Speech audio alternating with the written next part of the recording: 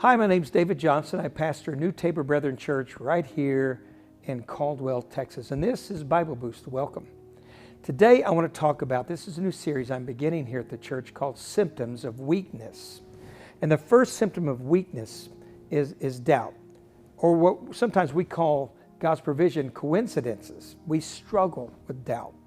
So this is very important that we not have a doubt of God's resolve and His power to redeem, save, or deliver us. This is a symptom of spiritual weakness. Doubt is not strength. Doubt is weakness to a Christian. We need to be people who are expecting God to do things. Let's look at the definition of doubt. The word doubt means to hesitate to believe, or to be inclined not to believe, to withhold confidence from, or to distrust. This definition should never, ever be used between you and God, because He still works miracles. He still does great wonders. And for us to doubt His providence, to doubt His hand or His capability or His will to touch our lives and change them. So the question I want to ask you is, why in the world do we still doubt? We've all had a bout, we've all had issues where sometimes we struggle with this thing called doubt. Well, there's one reason for it. I want you to confront your spirit with this. The simple reason is because we don't believe. There's no other answer. We just don't believe.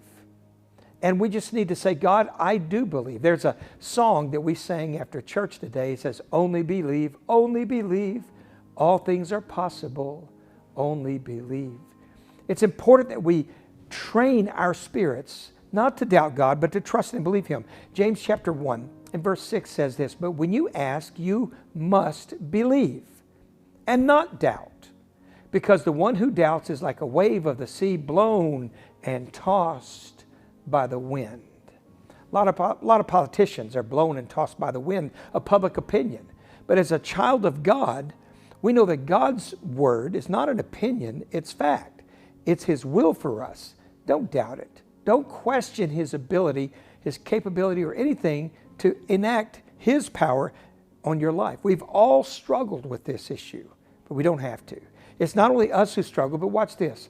Here's a hall of fame of people who've struggled with doubt. Abraham, Eve, Adam, Sarah, Moses, David, Isaiah, Elijah, John the Baptist, and all the disciples. I like my dad, Claude Johnson, he'd say, Thomas doubted, but he didn't die a doubter. The last thing we hear him say is, my Lord and my God.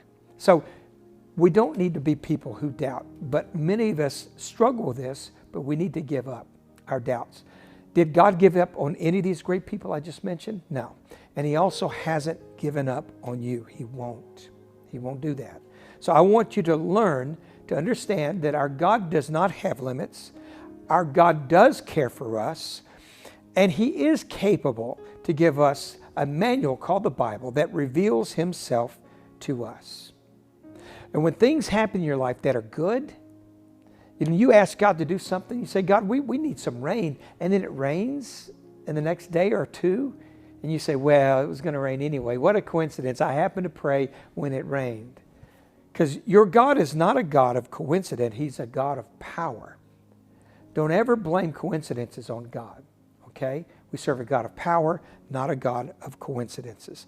And God still works to deliver His people. And you are one of those people. He loves you, and He wants to do the same for you that He's done for anybody in His Word.